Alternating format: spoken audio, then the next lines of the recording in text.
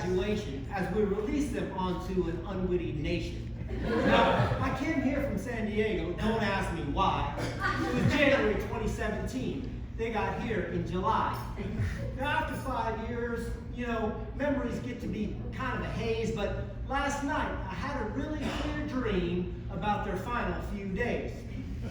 I'm in my office working, it's about 1 or 2. I get a call, it's Danielle.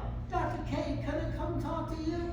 I said, sure thing. She comes and says, you're my last hope. I said, Danielle, what do you mean? She says, I need 1 more scope. I said, no, talk to me. I'll speak to Dr. Mendiah with all haste. She says, no, it's more urgent than that. I need you to bend at the waist. I've waited so long, this is quite irritating. But just promise me you'll go slow when you're insufflating. So on the table, Danielle, I feel pain and a shiver. She said, Dr. K, this is so cool. I can see your spleen. I said, I told you not to go in at such a fast rate. She said, yeah. I'm doing the procedure note now. Now, how do you spell perforated?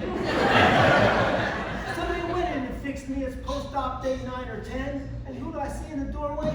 It's my favorite resident, Ben. I said, oh, Ben, thanks for coming. You know, I really need a get well visit.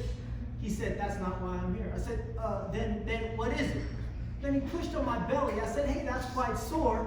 He said, you know, I need 5 pancreas cases, but I have only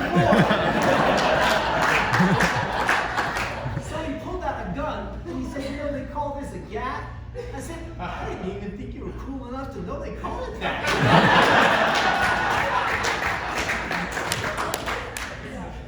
And so then I said, Ben, you know, he said, call it that. And I said, well, what did I say?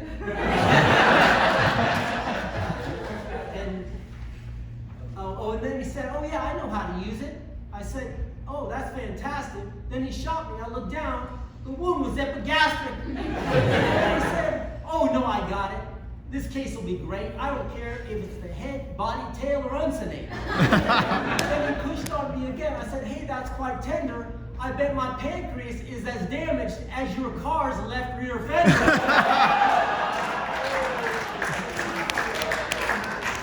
said, hey, this is quite serious, you know, but here it's June. It's probably too late to fail you, like Rashna wanted to when you got stuck in Australia. Then as a mentor, you'll be followed. You know, a few won't, but most will. But then what I know is those size 15 Crocs will be big shoes to fill. So I'm post-op again, but now I'm so sick, you know, I hear them talking, they're planning my burial, and who comes to see me? None other than Ariel. I said, oh, Ariel, thanks for coming to see me, help me, that's so nice. She says, that's not why I'm here.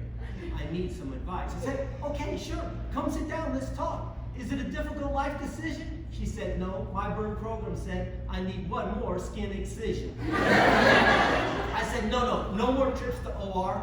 I was being quite vocal. She said, then I'll tie it down right here and we'll do it local. And then I looked up, I said, Lord, just bring me home. But my prayer got drowned out by Ariel's dermatome. Yeah, and then I looked down, I said, hey, look, with all these tubes and lines, I don't think there's a place. And she looked down, then looked up, got real red in the face. She laughed. I agree. I don't think there's a way, because what I just saw is way less than 1% of your BSA. But then I'll awaken my mind clock alarm and realize that they had caused me no harm. But seriously, we've enjoyed every minute of your 5 years. I have only 2 things left to say to you 3, and that's bravo and cheers.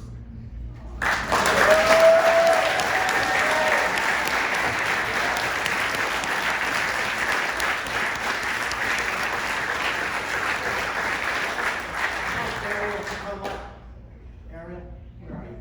Come on. Now, I won't take a long time. I know we've gone long, but when Ariel first got here, you know, wonderful. A lot of energy. She was awesome, but she always said, I'm sorry, I apologize. I'm sorry, I apologize, right? So, you know, so I heard this and I said, okay. And it wasn't like I apologize for stepping on your toe or spilling coffee on you. It was like I apologize because the white count was 12 and I said it was 13, or I didn't get a chest x-ray yet, or I thought it was RVR and it's actually it's actually sinus tach or something like that. So this went on for 2 years. Finally I sat down with Ariel. I said, Ariel, I looked her in the eye. I said, look, you graduated from a 4-year university. You applied to, got into a medical school. You completed that medical school. You graduated. You applied to, got into a surgical residency. And after 2 years of working in this crazy hard environment, you are doing just fine. I said, Ariel, stop apologizing. Okay? Don't say I'm sorry anymore. So to do this and to incentivize her, I said, okay, every time I hear you say I'm sorry or apologize like that, I'm gonna charge. It's a quarter, right? And so he said it's a quarter, it's $1, it's 50, and then I kind of lost track.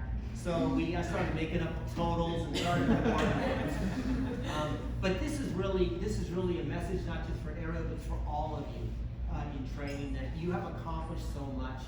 You really have, no matter what happens from this point on in your life, you already can look back and be confident for the rest of your life based on what you've already accomplished in your life so far.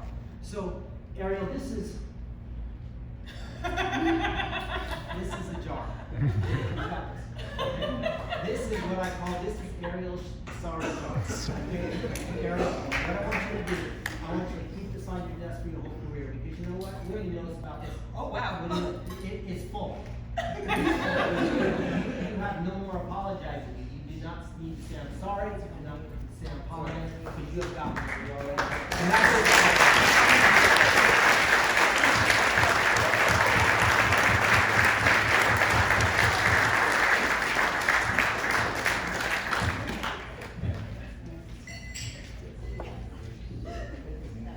That was good. Thank you so much.